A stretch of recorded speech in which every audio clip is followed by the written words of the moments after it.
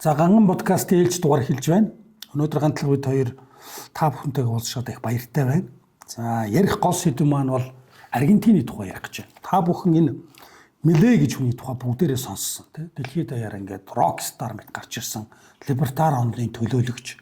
Аргентины эдийн засгийг одоо юм шоктой огцом эмчилж байгаа гэл мэдээ болгон дээр гардаг. За сонгуулийн кампайнд ажил дэлхийд даяар нэлээд тийм галзуу шуугантай олон зүйлээр од болсныг хүний тухай өнөөдөр ярьж байгаа. Тэгээ ганц энэ хүний тухай биш л дээ. Ер нь энэ хүний засаг авахын өмнөх сонгуулийн нөхцөл байдал, одоо байгаа Аргентины нөхцөл байдал гэдэг энэ олон жишээнүүдийг бид нар дурдж ярих ийм ер нь шаардлага өнөөдрийн манай Монголын нийгмийн эдийн засгт нэлээд дөгцсөн байна гэж ойлгож байна. За тэгвэл бид хоёр бас яг нэг номтой тий. За Миле гээд одоо Аргентины ерөнхийлөгчтэй одоо бүгдөө улс орон дээр одоо либертар ерөнхийлөгч гэж цолж байгаа тий. Одоо олон улсад бол нэлээд нэр хүнд нөсөж байгаа. Одоо тэгэхээр энэ номыг уншаад битээр бас нэмэлт бас судалгаа хийлээ л дээ. Энд чинь ерөнхийлөгч болоод жил 6 сарын хугацаа өнгөрцөн тий. За нөхөр сая сонгуулаараа маш олон юм амлаж гарч ирсэн тий. Маш олон юм хийн гэж амласан. Тэгээ тэр нь бас хэрэгжсэн байна уугүй тий. Энэ номын хаараас бас хоёлаа тэр одоо байгаа Аргентиных нөхцөл байдлыг хэлвэл бүр тодорхойлох бах тий. Тэгээ. За Миле гэж юм бэ? Аргентины юм дундаж давхрахад төрж өссөн. Доороо нэг дүүтэй. За тэгээд багада рок хөгжим сонирхдог. Хөл бөмбөгийн багийн хаалгач идэв гэсэн нөхөр. Тэгээ энэ номон дээр гарч байгаагаар болохоор нөхөр яаж ийнө гэхээр хөл бөмбөг тоглодог байж байгаа. Тэгээд энэ нөгөө тухайн үед Аргентины нөгөө инфляц өндөр 200-300% байсан. Тэнгүүд нөхөр бас бодсон юм байна. Энэ юу нь яагаад ингэ мөнгөнд энтэгт инфляц юм гэж өнгөө. Учир шалтгаан юу юм? Энийг судлахын үднэс эдийн засгийн сургуульд орсон байхгүй. Тэгээ эдийн засгийн сургуулиар төгсөөд профессор болоод тэгээ сургууль багшлан хажуугаар нь нэвтрүүлэг хөтлөн янз бүрийн шоунд оролцсон. Тэгээ олонний танилцсан. Айхтар мэтгэлцдэг хүн баг шиг байлаа шүү дээ. Мэтгэлцэх ур чадвар өндөр тий. Тэгээ ийм хүн одоо улс төрд одоо ямар нэгэн нам дамжааг явж байгаа. Одоо 21 онд намаа байгуулж. Тэгээ конгрессийн гишүүн болоод тэгээ 23 онд ерөнхийлөгч сонгуульд үзэж. Улс төрийн замналын нэрвэл маш богино хугацаа байхгүй. Тэгэхээр ерөнхий энэ хүний өгдөл нэг ийм өгдөлтөө. Тийм байна. Ер нь нөхрийн ерөнхийлөгч болж чадсан сонгуулийн тогтолцоогоос бид нар хэлэх хэрэгтэй байна. Одоо Германаас бол гарах боломжгүй шүү дээ. Аргентины сонгуулийн систем чинь ерөнхийлөгч нь бүх ард түмнээсээ сонгогддог. Тэгээд Монголд их төстэй. Тэгээд парламенттай судалтай байх ёстой бол Милегийн авч 2 судалтай байсан гэдэг юм. Тэгэхээр нөхөрт ингээд бүх ард түмний сонгогдохын тулд ийм хэмжээний шоу тоглолт хийж болдог тогтолцоон дээр. Тэрнэш Германд сонгодог парламентын тогтолцоонд нам дотроо хүний нөөцийн хувьд өөрийгөө маш олон жил бэлдэд таниулаад сургууль соёлын төгсөөд нөгөө хүмүүжлээ аваад гарч шалгарах ёстой шүү дээ. Тэгэхээр ингээд сонгуулийн тогтолцоо нь бол өөр ийм тогтолцоо. Бүх ард түмнээс шууд сонгогддог. За тэгээ улс төрийн фигурын хувьд Миле гэж хинбэ гэхээр яг ганцхан хэлдгээр богинохон түүхтэй. Нөхрийн гол ярьсан зүйл бол юу вэ гэхээр ерөөсөө инфляц гэдэг сэдв дээр эдийн засгийн сэдвээр дүрмсэн. Улс төр рүү орохдоо юу гэсэн бэ гэхээр манайх шудраг бус сонгуул явуулдаг. Шудраг бус сонгуулийг явуулахын тулд төр засаг хууль бус мөнгийг сонгуул руу оруулж иргэдийнхээ саналыг худалдаж авдаг. Тэр мөнгийг төв банк нь үйлдвэрлэж өгдөг. Энэ үйлдвэрлэж өгсөний гайгаар бид бүгдийн инфляц нүрэлж бараа бүтээгдэхүүн өсдөг. Тэр ийм гаж урсгал руу орцсон байна гэдэг логикийг гаргаж ирсэн байна. Нөгөө сонгогчтой ойлгуулсан. Тэр ер нь өөрийнх нь хамгийн гол энэ чинь инфляц гэдэг зүйлийг л иргэдэд ойлгуулахын тулд талаас ярьж байхдаа сонгуулийн үйл явцыг чинь ингэ тайлбарласан байна. Өөрөө бас нөгөө эдийн засгч байсан. Эдийн засгч учраас тий. За дараа нь яасан бэ гэхээр нийгэмд их юм кастинг тогтолцоо буюу энэ баян ядуугийн ялгааг маш ойлгомжтой тайлбарласан. Бидний дээр энэ кастинг дээд давхрах байна. Эдгээр бол улсын төсвөөс хулгай хийж маш их баяжж байна. Энэний дор Аргентины ард түмэн бүх ачааллыг бүр зовж байгаа нийт ирээдүйн 90% байна. За дараа нь яасан бэ гэхээр энэ улс төрчийнхөө хувьд сонирхолтой нь тэгж их төрөөс халамж авдаг ядуу иргэдийн дэмжлэгийг маш их авч чадсан улс төрч байна. За ингэж авахдаа яасан бэ гэхээр тэр бол ерөөсөө энэ үнэн шудраг шургуу ажиллаж байгаа хүмүүст хамгийн их үр ашиг өгдөг тийм нийгэмтэй болёо гэдгийг ойлгуулж чадсан юм юм байна. Ер нь тэгээ харахад бол нөхөр бол юу гэж супер кампайн хийдэг нөхөр. Тэр Милегийн өөрийнх нь илтгэл дээгтийг сонсохын тулд 2 цаг гарan автобусаар хүмүүс явж үрж ирдэг. Тэгээ Мэлигийн тэр тойрсон энэ кампайн дэвшлэн үр дүнд бол хамгийн сүүлд нь судалгаа явуулахад энэ юмны үн нэмэгдээд байгаа инфляцийн шалтгаан чинь төрөөс хийж байгаа мөнгөний нийлүүлэх юм а гэдэг дээр Аргентины хүн амын 65% нь бүрэн ойлгосон гэдэг дүгнэлт гарсан байна. Одоо инфляц юунаас болж үүсдэг вэ гэдгийг 65% нь ойлгосон. Тэр ингээд сонгогчтой. Нийт сонгогчтой. Тэгэхээр л асуудлыг тэгж энгийнээр тэгтээ шуугаан тарьж жүжигссэн тоглолт хийж одоо ингээд ерөөсөө тэр хөрөө араамын тэр гаргаж иж төв банкыг хөрөөдөж энэ тэр үзүүлэнгээ гол ойлгосон зүйл нь бол юу гэхээр төрчин бэлэн мөнгө тараагаад тэгээд инфляц чинь өсөөд бидний амьдрал юмны үнэндээ живж ухаад байна гэдгийг л нөхөр ойлгуулсан. Буцаа судалгаагаар 65%. PR-наас их сайн байсан юм шүү. Цахилгаан өрөөгөр юм хөрөөдөө. Бүр тэр чинь төв банкыг бүр байхгүй болгоно гэж бодож байна. Дахиад нөгөө яамныхаа тоог урж хаяад 19 яамыг тавьжгаад энийг би 9 болгоно гэд. Гэтэ зайл гэдэг үг хэрэгжилж байгаа. Зайл гэл ингээл авч идэл YouTube дээр бичлэгүүд нь байгаа л да. Тим супер кампайн хийсэн. За ийм л бас нөгөө ярианыхаа эцэд дандаа нэг ийм үг хэлт юм шүү. Ирэх чөлөө мандтугай хараал идэг. Хараал идэг.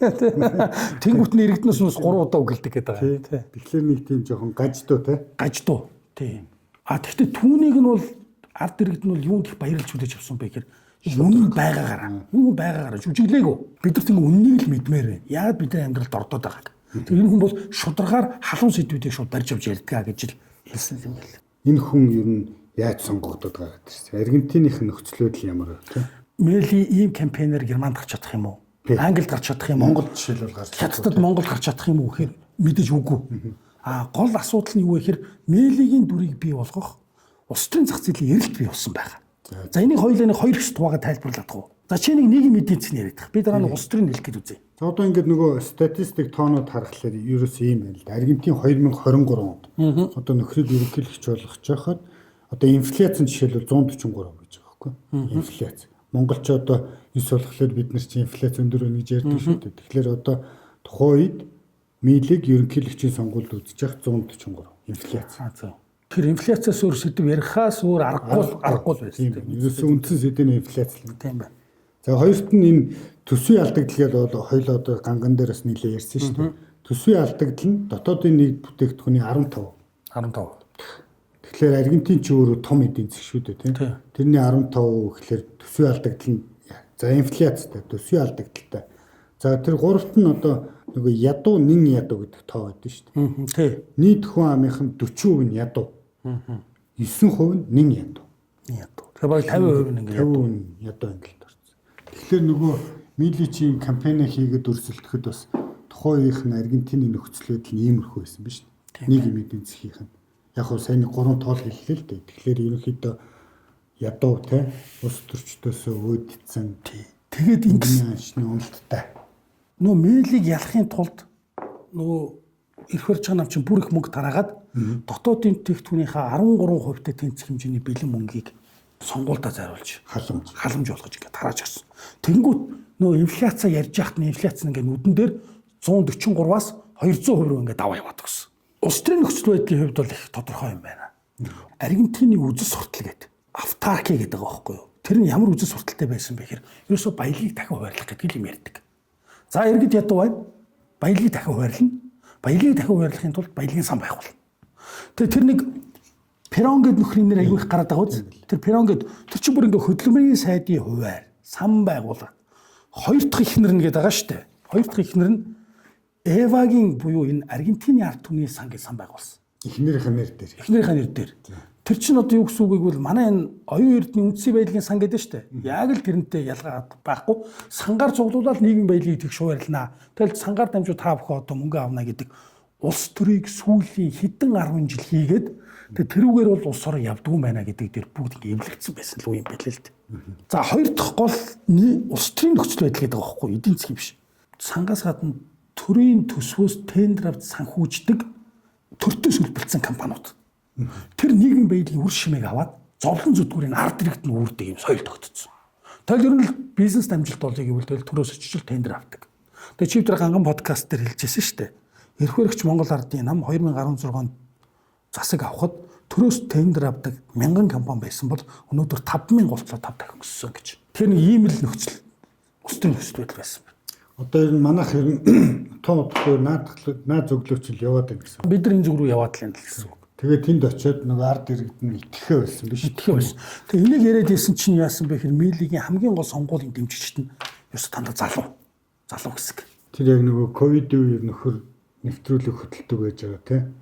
Энэ сошиал сүлжээнд өөрийнхөө бааз зүрийг аягүй сайн бэхжүүлсэн гэж байгаа байхгүй. Нэвтрүүлэг хөтэлдэг байж байгаа. Тэгээд тэр залуу суурь дээр л либертар үзлийг сайн ойлгуулсан юм байна. Би тэгээд чамаас асуулт байна. Нөхөр чи яг нөгөө сонгуулийн дүн тоо яг яаж сонгуульд ялсан юм бэ? Тухайн үед ирэх барьж байгаа намынханд эдийн засгийн сайд Сержо Масса гэдэг нөхөр. Одоо гол өрсөлдөгч. За дахиад манай нөхөр бол тоонд байхгүй явж исэн байгаа байхгүй. Хоёр дахь нөхөр нь Булрич гэдэг нөхөр. За гуравт нь ингээд Мили орж ирж байгаа байхгүй. Энэ ерөнхийлөгчийн сонгуул нь нөгөө би энэс өндөр авахгүй бол дахиад нөгөө манай Монгол шиг 50 дээр нэмэх нэглүүгээ явд юм байна. Эхний шатны санал хураалтаар юу болсон бэ гэхээр эдийн засгийн сайд тэр Масса гэдэг нөхөр нь 37 авчиж. Нэг. За Мили 30. 32-т нь орж ийн гэсэн. За тэр Булрич гэдэг нөхөр нь 24. Тэр Масса нь 37-тай, Мили нь 30-тай. Ингээ хоёрдугаар шатлгаа явсан юм байна. Тэгээд энэ номон дээр бичснээр бол Мили чи яасан гэхлээр одоо энэ Булричи 24-ыг авахын тулд Булричийн намынхантай тохирсон юм байна. Одоо хамтраад орё. Намайг дэмжээч. Дараагийн засгийн газар сайд өгье гэдэг. Тэгээ Булричийн дэмжлэгийг аваад сүүлийн шатны сонгуулиар манай хүн 56% санал авч ерөнхийлөгч сонгогдсон. Би нөө сонгуулийн зардалтай хамаатай тоонууд харахгүй юу? Тэр Масса гэж хэлсэн чи? Тий, Масса 74 сая доллар зарсан гэдэг юм. Энэ тэрнээс өмнөх шатны саналд нь унтсан юм шиг байна. Хуан гэдэг нэг нөхөр 19 сая доллар гэж бичсэн байгаа. Булрич 2.3 сая доллар зарцуулсан бол Милээ бол 1 доллар зарцуулаагүй гэдэг. Тэгэхдээ нөхөр чи ингэсэн юм байна. Сонгуульд нэр дэвшихийнхаа өмнө парламентын гишүүн байхдаа цалингаа авахгүй суглаа болгоод өгчдөг. Тийм.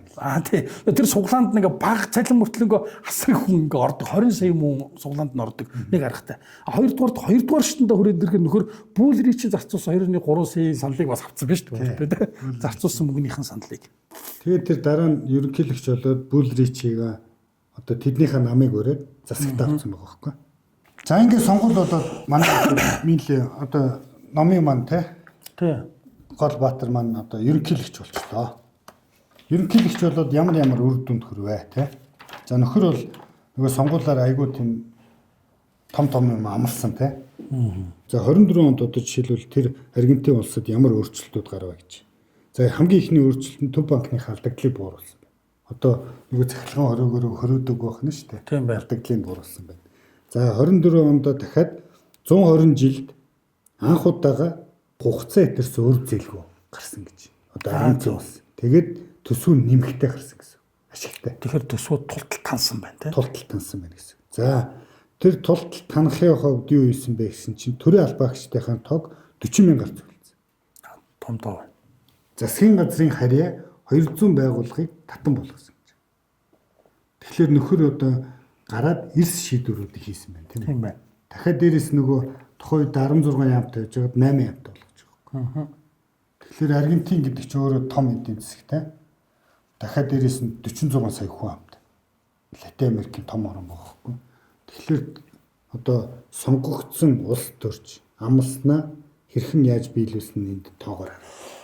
Тэгээ тийм байлаа. Тэгээ энэ ганц энэ номыг гарснаас хойш чинь бас тодорхой хугацаа өнгөрөөд Аргентины нөхцөл байдал их өөр болж байгаа юм байна шүү дээ.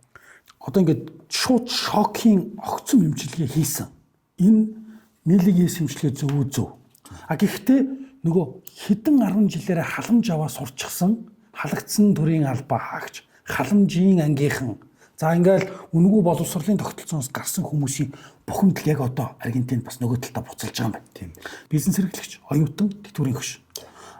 Өмөрч нь бизнес эрхлэгч. Зөвөө бид нар бол ийм шоконд орох хэвээр.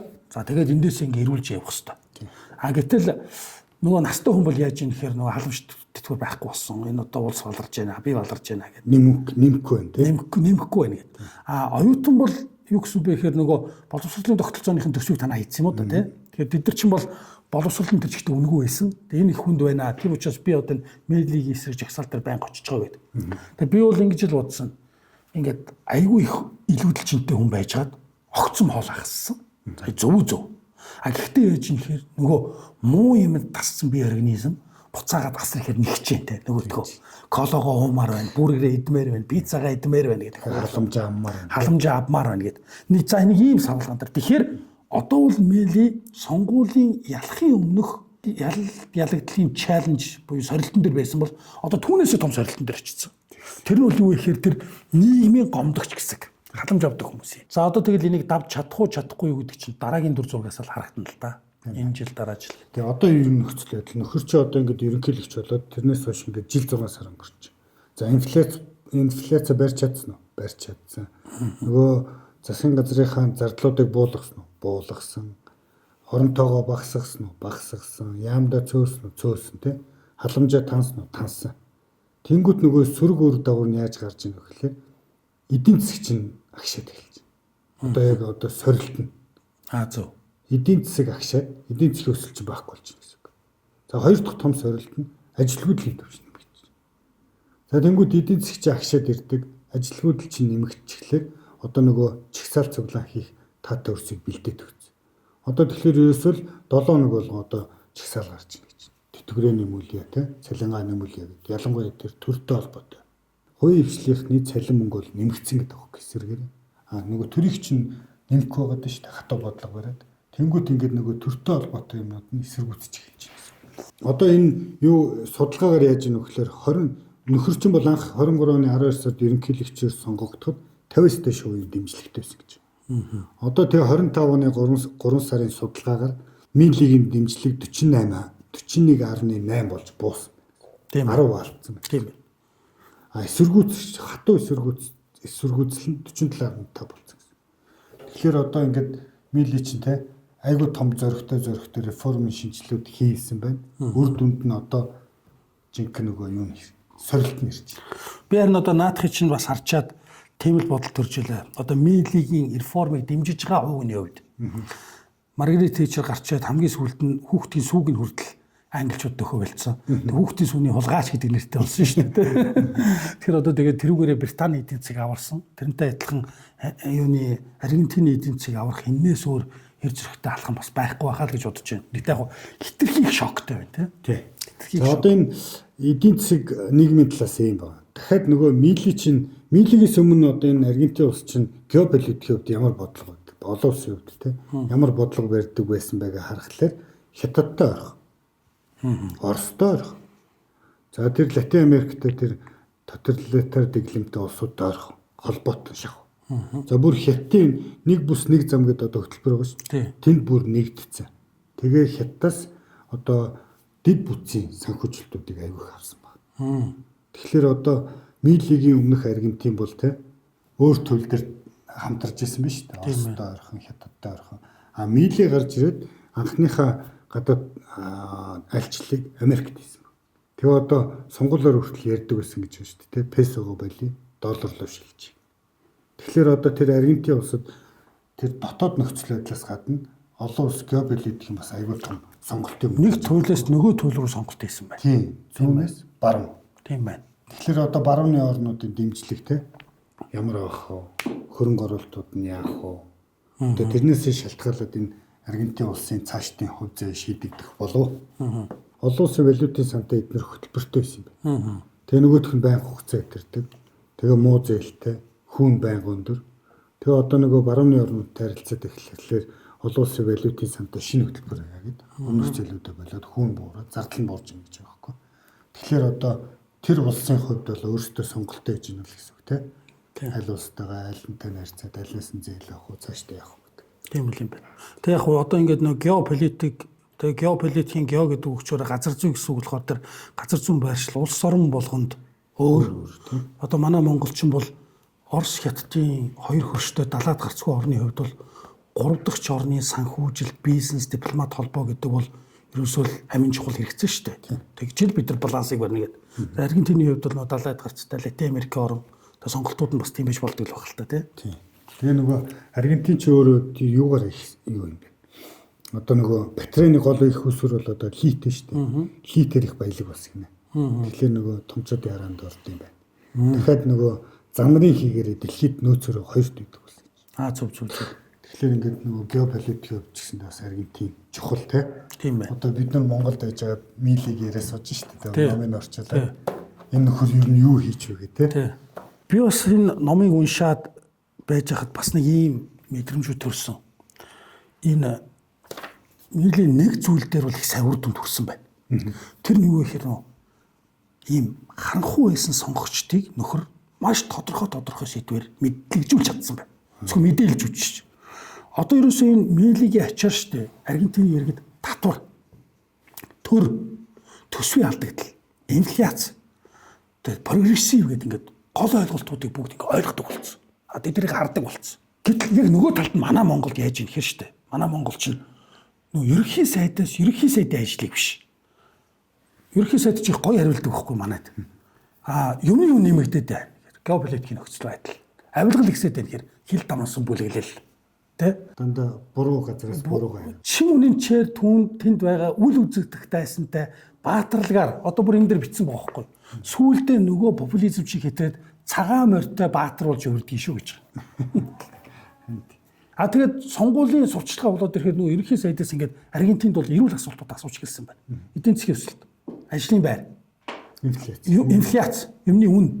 За манайхаар бол одоо долларын ханш, энд бол одоо песогийн ханш гэх ингээд маш тодорхой асуулт асууж штэ. Тэгэхээр ингээд тэнд бол яаж юм гэхээр энэ хиний мейлигийн нэг гайхамшигтай хийж чадсан прожект нь ерөөс 10 хэдэн жилийн хөдөлмөр сонгуулийнхаа кампанид ажиллаар энэ улс төрч эрх баригчдаас иргэн та юу асуух вэ гэдгийг та ямар ойлголттой байх ёстой вэ гэдгийг маш сайн мэдээлжүүлж чадсан.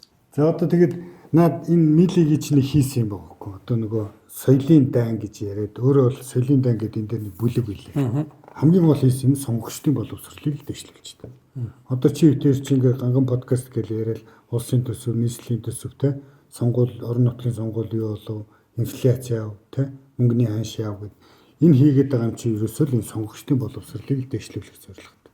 Тэгэхээр бид нэр эхлээд сонгогчтой бэлдэх хэрэгтэй. Сонгогч ч өөрснөө хэрсүү ижиж дараа нь хариуцлага нэг. Одоо төгрөгийн шунаад байвал эзэн хэм бэ?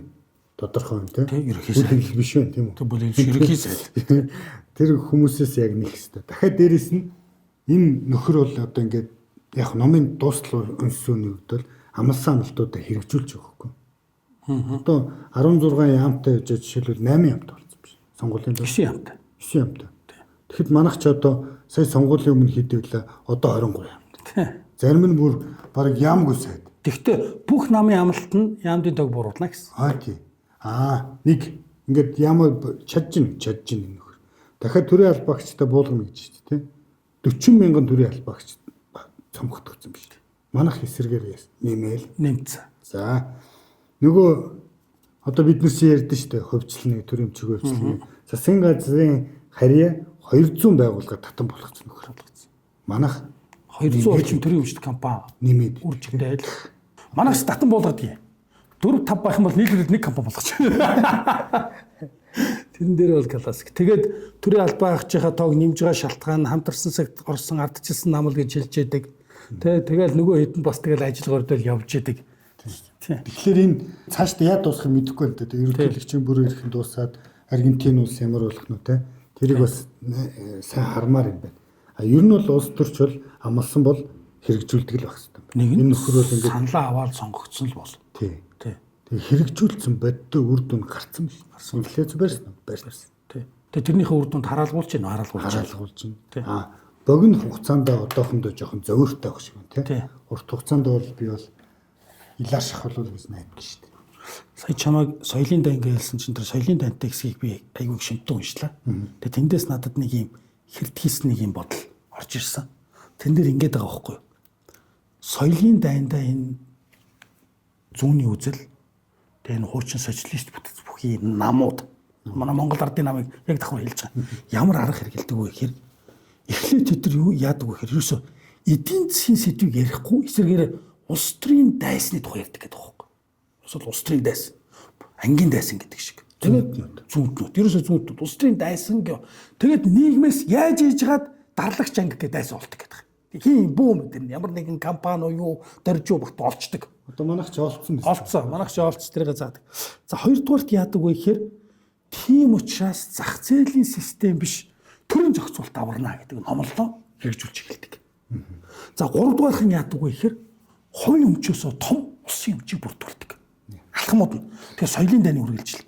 Тэгээ хамгийн аимшигтай нь яадаг вэ гэхээр энэ соёлын дайнд төрийг томруулахын тулд ажиллаж өгдөг хувийн хвшлүүдийг бэлтгэждэг. Тэд нар нэвтрүүлэг хийдэг, YouTube, Facebook тэр ингээ мэрэгжлийн ажилдаг цоошин залуу арим гэж байгаа. Тэгээ ерөөсөө л нөгөө зүүнний үзлийг нь, социалист үзлийг нь сурталчилж, барууны арга хэрэгсэл техник технологи шүү дээ.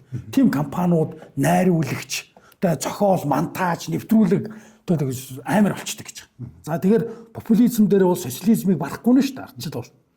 За тэгээ яадаг вэ гэхээр хамгийн амар үүний үр дүнд чимээгүй эргүүлэх гэдэг юм хэлдэг гинэ. Нөхцөл байдал болохгүй байгааг мэдээд байгаа хүмүүс чимээгүй болж эхэлдэг. Яг тэгвэл тэр хүмүүс чимээ гаргахаар нийгэм дотор нь юм хагас галзуу хүмүүс байдаг гинэ. Чигсаал цуглаа хийдэг, соошоор орилдог, хагас галзуу хүмүүс. Тэр хүмүүсийн дуу чимээнээс эрүүл хүмүүсийн дуу ил гарч чадахгүй болохоор чимээгүй тойрог гэдэг юм нийгмээр ордог. Тэгээ улмаар тэр тойрог нь чимээгүй байдал ингээд тасан зогсож нийгэм эхэлдэг. За ингээд чимээгүй тойрогоос гарч чадах тийм Дон Кихот байна уу гэж байгаа байхгүй юу? Одоо энд бол мэлийг хэлж байгаа. Одоо Монголд бол Дон Кихот байна уу гэдэг те. Эрүүл юм ярихаар нөгөө шууд ингээд хараалгуулаад хэлдэг. Тийм юмд орд юм байна. Соёлын дан гэдэг нь. Тийм. За энэ номноос бас төгсгөлд нэг ишлэл хэлмээр санагдаад байгаа. Одоо чивтэр таамаатай мэдлэгэл түгэж байгаа шүү дээ. Сонгогчдын боловсролыг дэвшлүүл. Хүмүүс системийг үл тоох, хайхрамжгүй байх, идэвхгүй байх нь системийг хүлээн зөвшөөрснөөс ялгаагүй гэж. Одоо ингээд чимээгүй тойрог яриад шүү дээ. Тэгэхээр одоо ингээд чимээгүй суун, үйлдэл хийхгүй суун гэдэг бол одоо байгаа нийгэм системийг хүлээн зөвшөөрч байна гэж байна. Тэгэхээр тийм учраас мүлжигдөгч ангийнх нь нийтээрээ ухамсартай болохыг төрийнхэн буюу мүлжигч каст хизэж хүсдэг юм байна. Тэгэхээр бид нэр одоо яг энэ кастын тогтолцоогоор нь ярих юм бол мүлжигч каст буюу төрийнхэн хизээж сонгогчдоо баян чинээлэг, мэдлэг боловсралтай хэрсүү байхыг хүсдэг. Тэгэл нөгөө халамжаараа өгжаалтай төрийнхэн тогтолцоо мөнгөөр өгчсаар бол дуусгадаг. Тийм учраас одоо манай Монгол улсад юу хэрэгтэй вэ гэхээр чинээлэг дундаж давхаргал маш их хэрэгтэй. Тийш нэлээд давтахгүйгээр сонгол өгдөг. Би нэг энэ ном дээрээс нэг юм сэтгэл төрсөн. Манай Монголын улс төрчнөр бол бүгдээрээ хулгайч. Эдний ард түмнээс авч байгаа татврын мөнгө бол тэр хулгайд нь зарцуулагддаг л мөнгө. Дан улс төрөөр амьдардаг гэдэг байгаа байхгүй юу? Одоо ингээд мэдлэг мэдээлэл авдгүй, уншиж судалдгүй, болохгүй байгаа зүйлийг хайдгүй юм дан улс төрөөр амьдардаг хүмүүс байдаг юм байна л да. Тэд нар бол бүгд юм хулгайч. Тэр бол Монголын улс төрчдийн бараг ингээд нам харгалзахгүйгээр 80-90% яг ингээд бүрдүүлж байгаа нь би улс төрийн ертөнцид байдаг хүний үед ингээд мэдэгдэж штэ тий. Хүний өөрөнгөө хулгайч нар дүүрсэн энэ улсаар. Тэгээд яасан бэ гэхээр тэр хулгайч нар чи яаж амьдардаг хөр үеийн гэдэг амтны шиг амьдардаг гинэ. Үеийн чи ингээд өндөг байхаар очоод цоолоод доторх нь сорчд юм байна. Харахад ингээд өндөг. Харахад алтчлал. Тэр яг алтан бус гэдэг байгаа байхгүй клима шиг. Яг алтан бус юм. Алтан бус өндөг. Тэгэхдээ тэрэн дотор штэ шудраг шүүх. Сонгодог парламент. Сонгодог шудраг сонгуулийн систем. Хулгай хийдгүү шудраг засгийн газар гэж байхгүй. Юу ч байхгүй. Гэхдээ гаднаас хүн орж ирээд Монголд айлчлаад нэг төрийн төргөө ажиллах юм бол энэ манай парламент гэх нэг ширээ сандал. Энэ манай засгийн газар гэж үзүүлээд байна. Тийм үеийн шиг. Тийм хулгайчид үеийн шиг очоод энэ ардчлалыг чинь бүх протеинийг сороод авцсан байна. Хэлбэрийн хувьд бид яг юм байна. Монголыг өнөөдөр зүгээр тогтоон барьж байгаа цорын ганц зүйл нь хятадуудын худалдаж авж байгаа нүүрсний үн дээрээс л тогтож байгаа болохоос биш нүүрс зогсох юм бол бид нар шууд маргаашийн Аргентин. За тэгээд энэ номыг одоо ингээд бид өөрсдийнхөө өнцгөөс өөрсдийнхөө ойлгосноос тий чаддаа ядахаараа нэг 10-20 минутанд багтааж тайлбарлалаа. Одоо тэгээд энэ номыг заавал уншицгаая. Уншаарай. Энэ нэр Некоос гаргасан. Тэгээд ийм сайхан ном байгаа. Тэгээд манайхан бас ингээд уншаарай.